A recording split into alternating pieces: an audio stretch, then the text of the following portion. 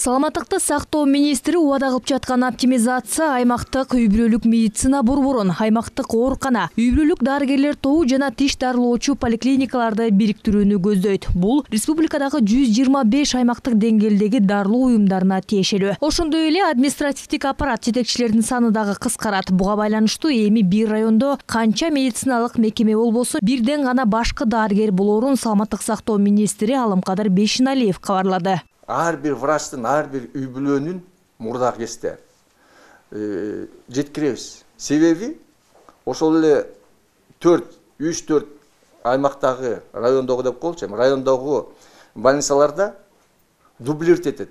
Мисалы Асанов деген ССМде анализ, общий анализ берсе, территориальный больницага келиш үчүн, мен жалпак сөз менен айтканда, ошол анализди кылат, ГСЭ барса ошол анализди кылат. Врач кап келгенде карап көрсө, үчөө тең ар башка болуп атат. Эми үчүн дегенде баягы биз аны өнүктүрүшүбүз керек да. Оптимизациянын мындай ыкмасы бөрк ал десе баш алган акыбалды шарттап коерун эксперттер айтууда. Себеби аймактык оорукана менен үй-бүлөлүк дарыгерлер борборунун иштөө тартиби эки башка. Мындан улам жетекчилик кылуу миссиясы аймактык ооруканаларга жүктөлүп, үй-бүлөлүк дарыгерлер борбору унутта калышы мүмкүн деп жатышат. Барлык жерде эле ошо үй-бүлөлүк дарыгердин центрдин директору ошол жерде жанакындай бир эле главный врач болуп калбайт. Менимче көбүнчө тиги больницанын врачтары чоң болуп, координатор болуп калат. Алар болсо баягы билген жумушун жасашсагы баштапкы саламаттык сактоо системасына көп көңүл бурулбайт. Анткени ЦООПнын ишин эки жолу анализдешти, ошол өзү саламаттык сактоо министрлиги өз изилдөө жүргөттү эки жолу. Эки жолу тең ошондо көрүндү. ЦООПнын астындагы үй-бүлөлүк дарыгерлер кагаз, ручка, анча-мынчага иштикке жетпей калыптыр.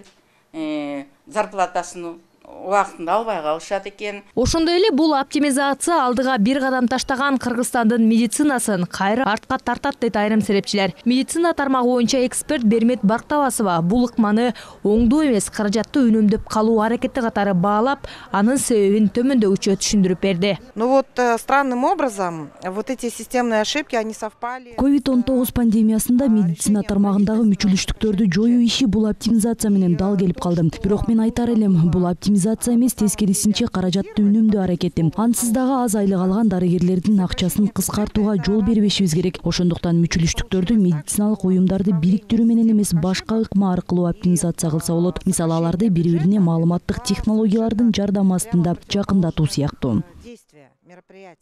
А бирок саламаттыкты сактоо министри бир райондогу 4 башкы дарыгердин 3-өсү кыскартылганы менен алардын жумуш орундары сакталат деп ишендирүүдө. Тагыраагы алардын бирөөсү гана башкы дарыгер болот, калгандары орун басары болуп калат жана майналары кыскартылбайт. Бизде азыр потребность болсо 16 000 врач керек болсо, азыркы кезде биз 13 000 эле бар. Ошо 13 000 врачтардын, кээ бирлери 1,5-2 ставка иштейт. Ошол эле ССМде иштеп аткан врач, главврач, зам главврач болуп туруп, түштөнгөн территориальный больницага барат. Жетпей атат узкий специалист. Баары эле главврач болуп кеткен. Эгер биз бириктирсек, врачтардын бирөө да кыскарбайт.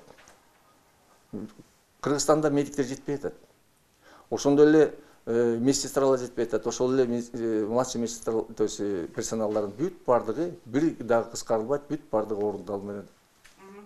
Ошол эле кезде саламаттыкты сактоо уюмдарынын эсептик бөлүмү, кир жуучу жайлары жана УЗИ аппараттары борбордоштурулат. Заманбап аппараттар ар бир райондогу мындай жайларда алынып келинет. Бул алыскы аймактардагы жарандардын сапаттуу медициналык кызматты жеринен ала алат деп ишендирүүдө. Бирок аны ишке ашуусу боюнча суроолор арбын. Чулпун Бейшелен кызы, Тынчтык Көлбаев, Нью ТВ.